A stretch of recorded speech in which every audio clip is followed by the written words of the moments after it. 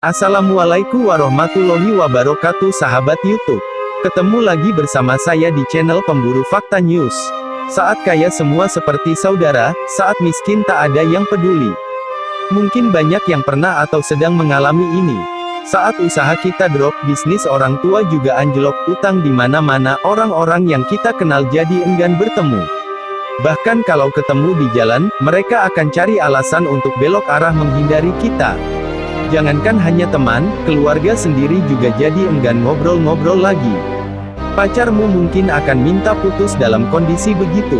Namun saat kamu mulai bangkit atau bahkan berada di puncak ekonomi membaik, rumah dan mobilmu puluhan kali lipat lebih besar dan mewah dibanding orang-orang sekitar, mendadak banyak orang ingin menemuimu. Orang-orang pun menyapa dengan ramah. Seolah dimanapun kamu berada, disitulah rumah saudaramu. Kondisi seperti ini adalah kondisi normal. Begitulah sebuah kehidupan dan hukum alam tercipta. Karena pada dasarnya setiap orang menginginkan kenyamanan.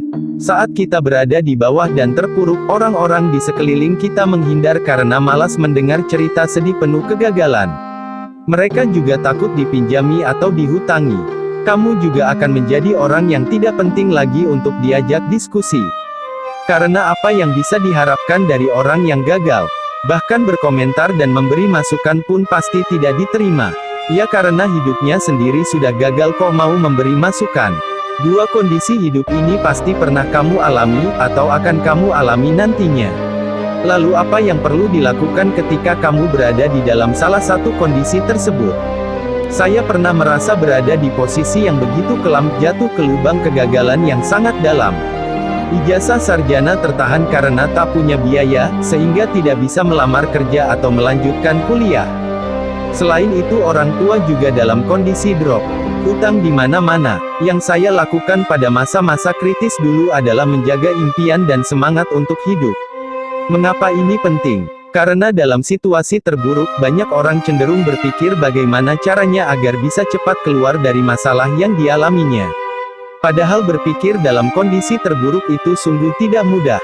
Sehingga kalaupun dipaksa berpikir dan ingin cepat-cepat menyelesaikan masalah, yang muncul justru adalah jalan pintas. Mulai dari prostitusi, narkoba, mencuri dan lainnya. Dalam sujud-sujud panjang, sebagai hamba saya berkomunikasi dengan Tuhan. Meminta apapun yang saya inginkan. Kemudian bangkit dan percaya bahwa masalah saya akan selesai. Bagaimana caranya? Ya terserah Tuhan, sebab Dialah yang maha mengatur segala-galanya. Memang, saya terus beraktivitas, berusaha mencari jalan keluar. Saya melakukan hampir segalanya, bahkan pada hal-hal yang sebenarnya saya tahu itu tak akan membantu sama sekali. Bertemu dengan banyak orang di berbagai acara, membangun jaringan, mencari peluang. Tapi hal-hal ini memang hanya sebagai pengisi perjalanan. Sebab yang terpenting adalah menjaga impian dan semangat hidup. Namun kalau kamu sudah berada di posisi yang cukup nyaman, bernasib lebih baik dari teman-teman yang lain, menurut saya kamu perlu memberi manfaat semaksimal mungkin. Setelah kebutuhan keluarga tercukupi, harus sedekah dan beri utangan kepada teman-teman yang membutuhkan.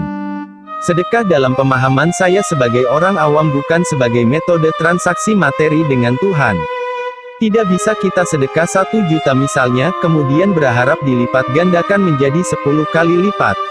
Memang ada beberapa hadits dan riwayat yang membahas bab sedekah ini, dan sangat menggiurkan. Sehingga materi sedekah ini menjadi andalan salah seorang ustadz untuk berdakwah ke pelosok daerah. Bahkan yang sedang kesulitan, juga diajak sedekah. Disuruh jual-jualin aset yang ada untuk sedekah demi mendapat 10 kali lipat. Sebab janji Tuhan untuk membalas dan melipat gandakan sedekah yang kita salurkan tidak tertuang dalam kontrak tertulis ataupun memiliki jangka waktu tertentu. Balasan Tuhan bisa langsung dan singkat, bisa bertahun-tahun, atau bahkan bisa di akhirat. Untuk itu jangan jual asetmu untuk bersedekah, bersedekahlah hanya jika kamu sudah memenuhi kebutuhan keluarga. Jika bukan karena harapan dilipat gandakan, lalu mengapa kita perlu bersedekah saat sedang jaya-jayanya? Karena roda kehidupan ini berputar.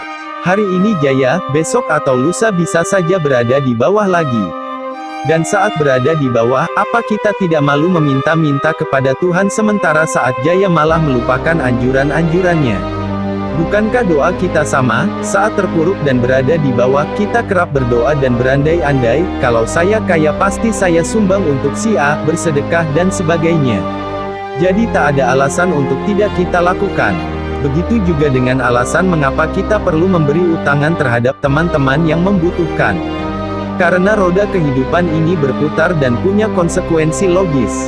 Kalau bukan kamu yang memberi utangan, lalu siapa yang mau membantu teman-temanmu? Selain itu, beberapa tahun ke depan bukan tidak mungkin orang-orang yang berhutang kepadamu itu justru akan lebih sukses dan kamu akan perlu bantuan darinya. Intinya sih bagi saya adalah memberi manfaat dan membuat pondasi yang nyaman agar kalau suatu saat kita jatuh, masih ada orang yang mau menolong atau minimal ikut mendoakan.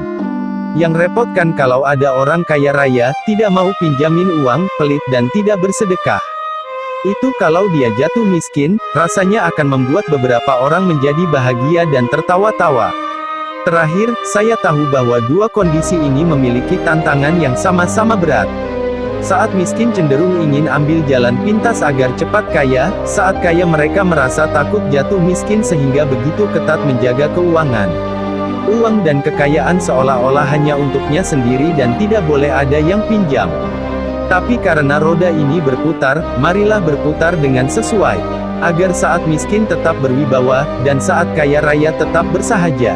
Semoga video ini bisa menjadi pembelajaran buat kita semua ke depan agar lebih baik lagi buat semuanya.